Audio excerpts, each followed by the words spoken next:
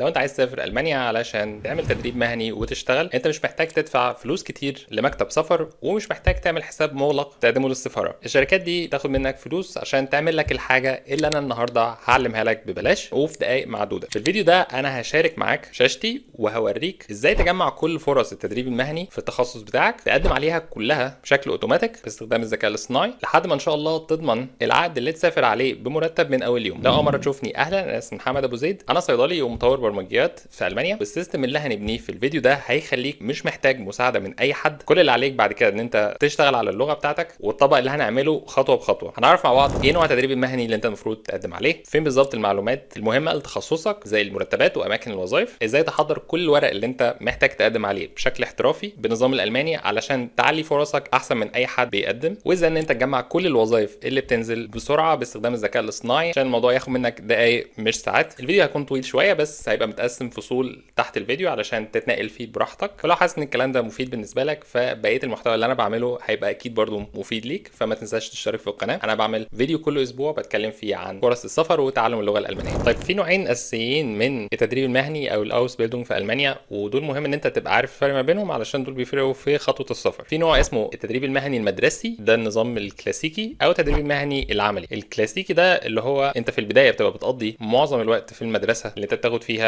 الحصص والتدريب، وبيبقى في جزء في اخر البرنامج اللي هو مثلا اخر 6 شهور انت بتبقى بتقضيه كتدريب في المكان اللي انت بتتدرب فيه على حسب المجال. ليه مهم تعرف الفرق ما بين الاثنين؟ علشان في واحد من الاثنين اللي هو المدرسي الكلاسيكي العادي ده انت ما بتاخدش مرتب من الاول في معظم الاحيان، نسبه 90% بتبقى انت ما بتاخدش فلوس من الاول، ولازم تبقى انت بتتكفل بمصاريفك، وده اللي انت المفروض تتجنبه وتقدم على برامج تدريب مهني بيبقى فيها مرتب من الاول، اللي هي غالبا التدريب المهني العملي. علشان وانت مسافر بتبقى العقد اللي بيبقى فيه مرتب من اول شهر هتقبض فيه وانت مسافر ده بتقدمه للسفاره كغطاء لمصاريفك الشهريه، فانت ما تضطرش تعمل حساب مغلق للسفاره وانت مسافر، تقدم بس العقد بتاع التدريب المهني. النقطه دي مهم تبقى عارفها، في ناس كتير ما بتبقاش اخده بالها منها وبتفكر في برامج تدريب مهني هو البرنامج ده ملوش مرتب من الاول، تضطر تعمل حساب مغلق بفلوس كتير. بعدين انت محتاج تستقر على المهنه اللي انت هتمارسها في المانيا، وده حاجه تبدو بديهيه بس محتاج تاخد بالك من 3 حاجات اساسيه في الموضوع ده. اولا لازم تشوف المسمى الوظيفي بتاع المهنه دي في المانيا اسمه ايه، لو هو زي التخصص بتاعك مثلا او التعليم اللي انت درسته في مصر 100% او هو مختلف. تاني حاجه نسبه العجز في الوظائف في المهنه دي قد ايه، وهو ده بيحدد برضو نسب القبول بتاعتك عشان انت بتقدم وانت من بره المانيا. فكل ما كانت المهنه دي ما فيهاش عجز كبير فهم مش هيبقوا عايزين ياخدوا ناس كتير من بره الاتحاد الاوروبي، هو في ناس بالفعل او في اماكن كده كده قليله، فاحنا ليه ناخدك ببساطه. فهو الفرص تبقى اكتر للمهن اللي فيها عجز كبير، فهم يضطروا ان هم ياخدوا الطلبات بتاعت الناس اللي من بره الاتحاد الاوروبي خالص، ويتكبدوا عناء ان هو يستنوك لحد ما تاخد الفيزا وكده وتيجي المانيا. ثالث حاجه هو المرتب بتاع الوظيفه دي، علشان دي حاجه هتفرق في المستقبل بعد ما تكون خلصت التدريب المهني بتاعك وبتشتغل. انت عايز تعرف يعني 15 سنين من دلوقتي هيبقى الوظيفه دي عامله ازاي. هنستخدم موقع عشان نعرف فيه كل المعلومات دي، موقع سهل جدا اسمه ausbildung.de. الموقع ده زيه زي مواقع كتير في الاوسبيلدونج، هم بيعرضوا البرامج المختلفه في المهن الكتير. ولازم تبقى عارفه ان في بيزنس واسع ورا الموضوع ده، ان هو الشركات بتبقى محتاجه ناس تتوظف، فهو في شركات زي دي وغيرها هم بياخدوا عموله عن طريق الناس اللي بتقدم عن طريق الموقع. لو انت لقيت برنامج على الموقع ده ورحت قدمت، فهم في ممكن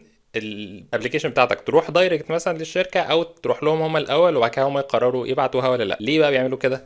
علشان نفلتر الناس اللي بتقدم ونعلي فرص ان الناس اللي بتقدم هتتقبل عند المكان ده واحنا ناخد العموله بتاعتنا. عشان كده احنا مش هنستخدم الموقع ده ان احنا نقدم او نجمع البرامج اللي هنقدم عليها، هنستخدم موقع تاني. بس الموقع ده فيه معلومات كتير عن الاوسبيلدونج، فاحنا هنستخدمه ان احنا نجاوب على الاسئله اللي احنا لسه قايلينها بخصوص الوظيفه، ايه الوظائف المتاحه وعدد المقاعد كده بالتقريب، عشان نعرف الوظيفه دي كويسه ولا لا ان انت تقدم عليها. انت بتخش كده وهتلاقي كل حاجه بالالماني، ممكن نخليه عربي، هنيجي يعني كده ترجمه جوجل عادي تخليه عربي، فهتلاقي هنا كل حاجه بقت عربي. نيجي هنا عند المهن وتشوف اكتشف الوظائف، فهتلاقي هنا معلومات عن اكتر الوظائف، اعلى رواتب تدريب مهني، اكتر برامج تدريب مهني شيوعا او مهن حسب الموضوع. فهتلاقي ان هو عامل لك يعني ايه تقسيمه، ان هو في وظائف زي اخصائي علاج طبيعي في 400 وشويه وظيفه شاغره، او خباز او نجار وهكذا. مش مهم عندنا كل دوت، ممكن تيجي هنا عند وظائف من الالف للياء علشان تشوف كل انواع الوظائف المختلفه. طبعا يفضل ان انت تعرف الكلام ده بالالماني، بس احنا نخليه عربي بس لو الحاجه مش واضحه، فممكن نرجعه الماني. وبعد كده هنا هتلاقي البحث بتاع مهن الاوسبيلدونج، فنشيل التدريب الكلاسيكي والتدريب المدرسي المزدوج ونسيب الباقي. فهتلاقي هنا كل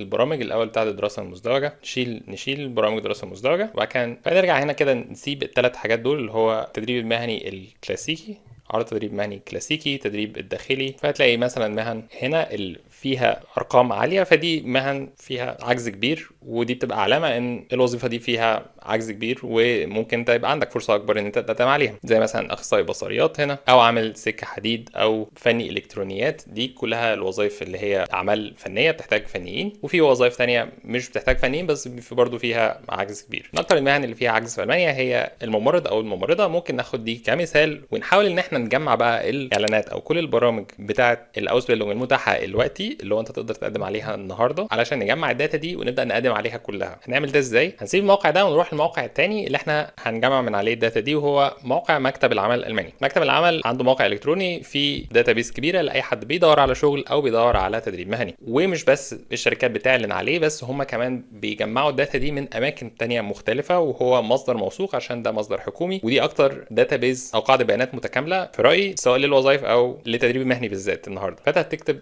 على جوجل الاسم ده اللي هو مكتب العمل، وتروح داخل على اللينك ده. واول مستوى يعني اول طريقه انت ممكن تقدم بيها ان انت تدور على الوظيفه اللي انت بتقدم عليها بشكل مانوال، وتقعد تبص في كل وظيفه واحده واحده وتقدم عليها. احنا الاول هنبص ازاي ده بنعمله، وبعد كده هنبص بقى طريقه اسهل نستخدم بيها كلود او الذكاء الاصطناعي، يعني ان هو يجمع لنا كل الداتا دي مره واحده علشان ما نفضلش نمسك واحده ورا الثانيه. ممكن نقدم مثلا على 100 200 وظيفه مره واحده. هتخش على الموقع هنا، طبعا كل حاجه بالالماني، ممكن تترجمه تخليه مثلا عربي عشان تفهم الدنيا الاول، بس انا بفضل ان انت بعد كده يعني لما تفهم القوائم بتاعه الفلتر والحاجات دي رجعه الماني علشان المعلومات ما تتلخبطش، يعني لما انت تيجي تطلع منه الاعلانات اللي هتقدم عليها. فانت لو بصيت هنا هتلاقي فيه يعني هو مطلع لك 5000 نتيجه. طبعا انت مش هتقدم مثلا على 5000 اعلان، انت هتقدم على حاجه بالظبط اللي هي تخصك. فاحنا محتاجين نفلتر. هنا هتلاقي فلتر على حسب تاريخ النشر، ساعات العمل، اذا كان دوام كامل او دوام جزئي. فهنختار الاول دوام كامل، احنا مش عايزين الحاجات اللي هي دوام جزئي اللي هي يعني مش كتير، 70 واحد من 5000. مكان العمل ممكن ما نختارش اي مكان عمل دلوقتي علشان ولايه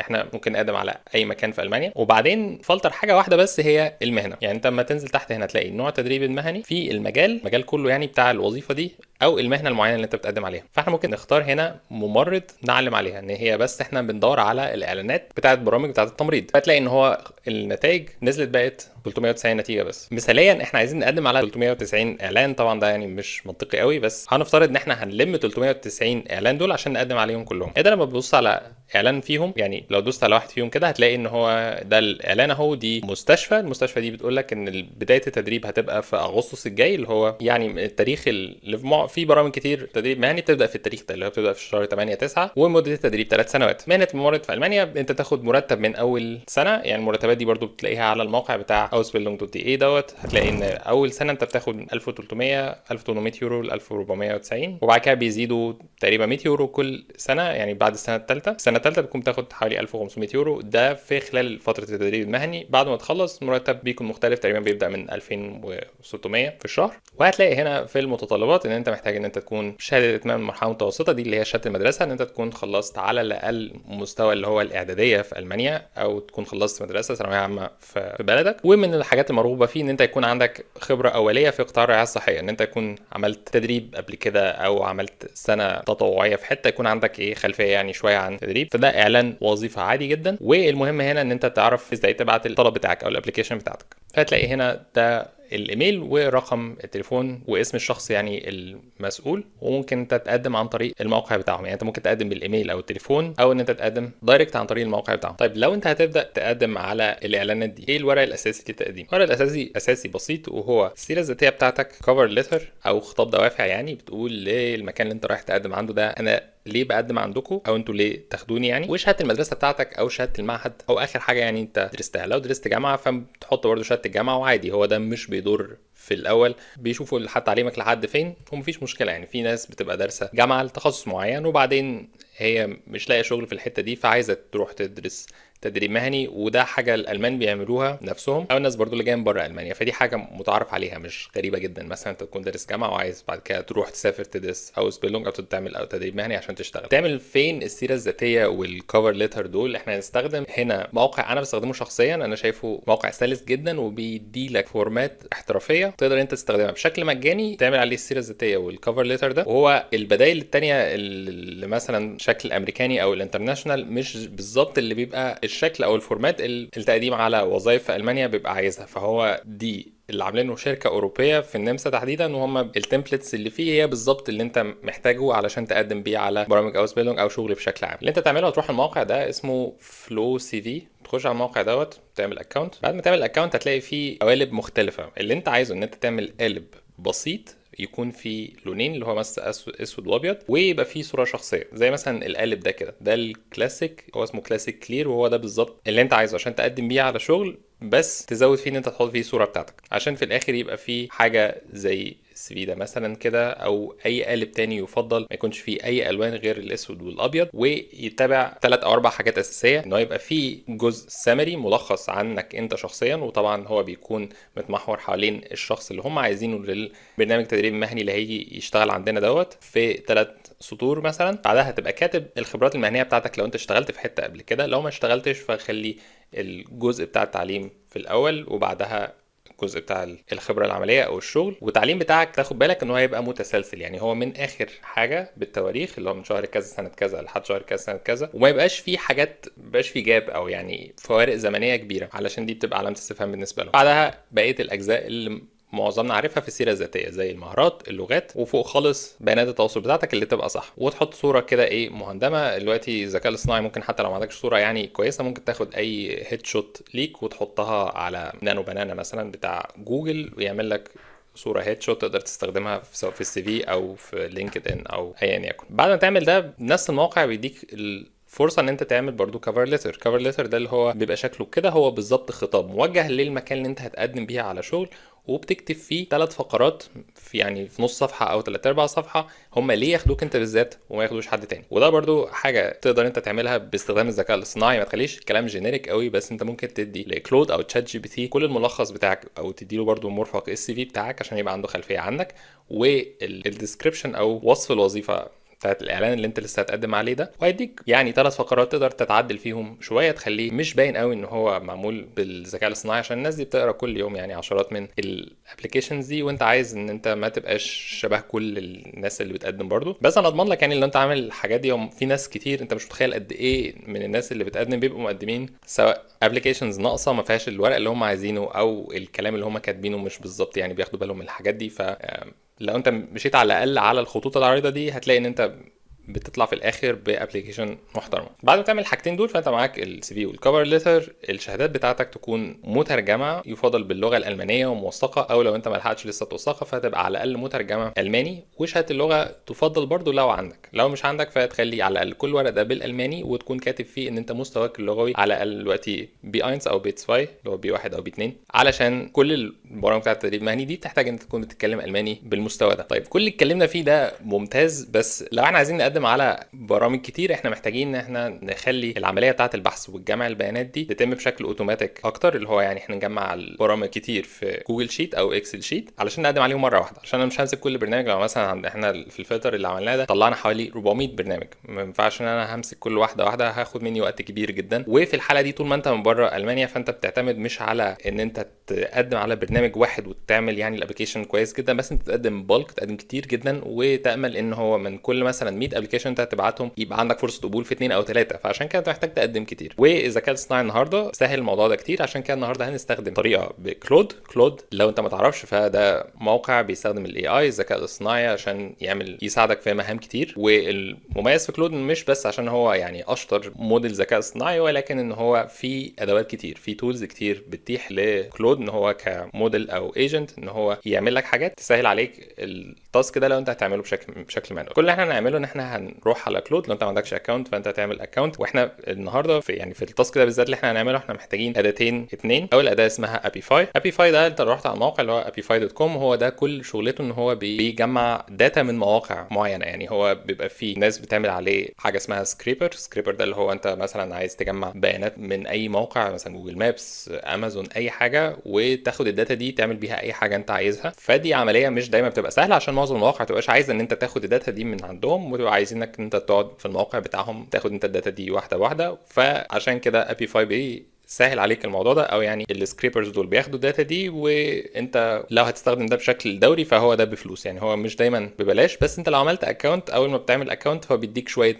كريدتس وفي فري بلان. يعني هو في خطه مجانيه تقدر انت تستخدمها فيه. والسكريبر اللي احنا هنستخدمه النهارده ده علشان ناخد الوظائف اللي موجوده على موقع مكتب العمل اللي احنا لسه شايفينها باستخدام كلود، بحيث انه كلود بدل ما انا استخدم ابيفاي، لا هو كلود هيستخدم هو ابيفاي عشان هو عارف هو بيستخدمه ازاي، ويجمع لنا الداتا دي ويحطها لنا في جوجل شيت. فاللي احنا هنعمله ان احنا هنروح لكلود، واول حاجه ان احنا نربطه الاول بابيفاي. فانا دلوقتي بالفعل ربطه. يعني انت لو جيت هنا هتلاقي لو دوست على زائد فهتلاقي ان في هنا حاجه اسمها كونكتورز دول الادوات اللي انا مدي الصلاحيه لكلود ان هو يستخدمها. فانا بالفعل رابط ابيفاي بكلود. لو انا مش رابطه فانا هدوس هنا على اد كونكتور وهكتب هنا في البحث ابيفاي، فيطلع لي هنا وانا هربطه. كل اللي انا بعمله بعد ما ادوس هنا بيقول لي اثبت ان انت عندك اكونت في ابيفاي، وخلاص هو بيبقى اتربط بابيفاي. الاداه الثانيه ان احنا نربطه برضو بجوجل درايف بنفس الطريقه. يعني هروح هنا على كونكتورز وادوس هنا على درايف، فممكن اربط برضو بجوجل درايف علشان بعد ما هو يجمع الداتا دي انا عايزه يحطها لي في اكسل شيت جاهز ويسيفه في الدرايف، ما اضطرش ان انا اخد منه الداتا دي واقعد انا اظبطها لوحدي. بعد ما اعمل الخطوتين دول، ودول خطوتين انا يعني لحد دلوقتي ما عملتش حاجه، انا بس اديت الادوات دي لكلود انه يبقى عنده صلاحيه انه يعملهم يستخدمهم يعني. وبعدين هاجي اديله برومبت ده انا محضره هسيبه لك هنا تحت في صندوق الوصف. كل الامر اللي انا بديه لكلود دوت انا بقول له انا عايز اجمع كل البرامج بتاعه التدريب المهني اللي موجوده على الموقع بتاع مكتب العمل ده بالظبط اللي احنا لسه عاملينه. بس انا عايزك تمشي بقى بخطوات. اول حاجه ان انت تستخدم السكريبر المعين ده اللي هو بيجمع داتا من مكتب العمل، وتلم الداتا دي اللي هي كلها متقسمه على الشغلانه بتاعه الممرض. ومش بس تجيب لي الاعلانات، لا انت عايزك تحط خانات في الشيت بتاع اكسل في البيانات التواصل اللي هو الايميل او الموقع الالكتروني بتاع التقديم. بعد ما تجمع الداتا دي كلها اعمل بقى جوجل شيت تحط فيه كل الداتا دي مترتبه علشان احنا نبدا نستخدمها.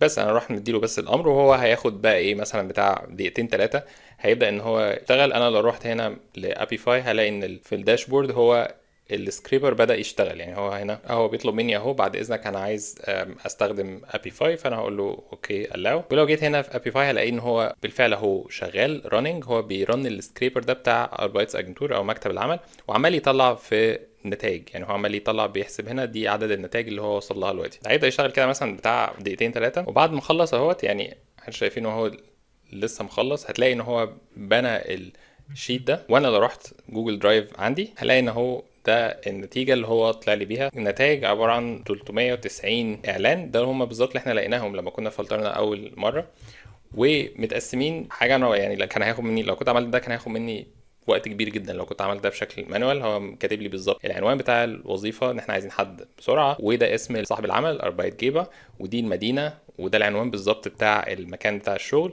ولو كان في ايميل هنا مثلا ما كانش في ايميل ولا رقم تليفون، بس هنا في الموقع بتاع التقديم الاماكن اللي كان فيها الايميل، فهتلاقي هو الايميل بتاع المفروض ان انا ابعت عليه التليفون لو انا عايز اكلمهم، وده الموقع بتاع المستشفى. ومش ده بس اللي موجود، لا ده كاتب كل حاجه كانت في الاعلان. يعني هو امتى التدريب المهني هيبدا، يعني هو كان هيبدا 1/9/2027 يعني كمان سنه من دلوقتي، وهو نزل امتى عشان تعرف هو ده بقاله قد ايه نازل. يعني اعلان مثلا مش نازل بقاله كتير، وعايزين حد معاه قياده مدرسيه بقالها قد ايه، وده الريفرنس نمبر يعني هو ده الرقم التعريفي بتاع الاعلان دوت على الموقع، وبرده اللينك بتاع الموقع عشان لو انت عايز تبص عليه. بعد ما شايف انت الشيت ده يعني هو ده انت ممكن تاخده كده وتحط فيه حتى الستيتس، يعني عايز تغير فيه ان انت تبدا تشتغل عليه. قدمت هنا فتغير الستيتس او الحاله تخليها ان انا بفورم قدمت، او هي لا لسه مفتوحه، او تشيل الستيتس خالص، او انا جالي مثلا رفض او قبول. وممكن تحط هنا ملاحظات لو انت عايز. وفي اخر الشيت هتلاقي فيه شيت تاني تحت مكتوب فيه اوفر فيو او übersicht بالالماني، كاتب لك ان هو احنا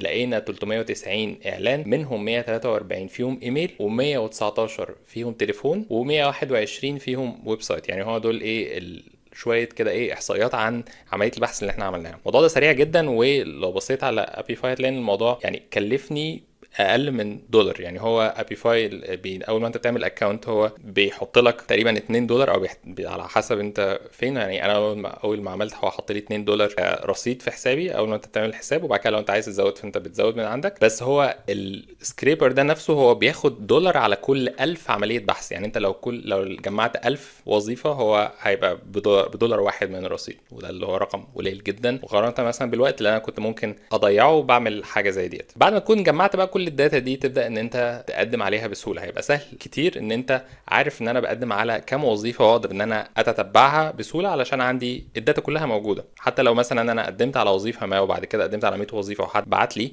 وانا مش عارف هو مين ده عشان الداتا كانت متبعتره في اماكن مختلفه، انا عندي الداتا دي موجوده اقدر ان انا ارجع لها تاني. وانا شايف ان الطريقه دي لو يعني في الوقت اللي احنا فيه ده في 2026 ده افضل طريقه ان انت تقدم بيها على تدريب مهني، علشان الموضوع بقى اصعب من الاول. بعد ما تكون قدمت على الاعلانات المختلفه دي فانت هتكون مستني الخطوه الجايه، وهي مرحله الانترفيوهات. الناس يا اما هيبعتوا لك بالرفض او بالاجابه، يقولوا لك تعالى نعمل انترفيو عشان يشوفوك ويشوفوا اللغه بتاعتك. موضوع الانترفيوهات ده موضوع مختص بذاته، ممكن نعمله فيديو مخصوص بعد كده لحد ما ان شاء الله انت تتقابل. كده احنا عرفنا ازاي ان انت تعرف نوع الاوس بيلدونج اللي انت تقدم عليه، ازاي تلاقي البرامج دي، وازاي تحضر ورقك علشان تكون يعني مقدم مثالي للبرنامج اللي بتقدم عليه ده، وازاي تجمع الداتا كلها باستخدام كلود علشان تبدا ان انت تقدم عليها بشكل اكبر واسرع. لو انت لسه عندك اسئله قولي تحت في الكومنتات، هحب اسمع منك. ولو انت لسه مش مشترك في القناه فيا ريت تشترك علشان ما يفوتكش بقيه المحتوى اللي جاي. بس اشوفك فيديو جاي.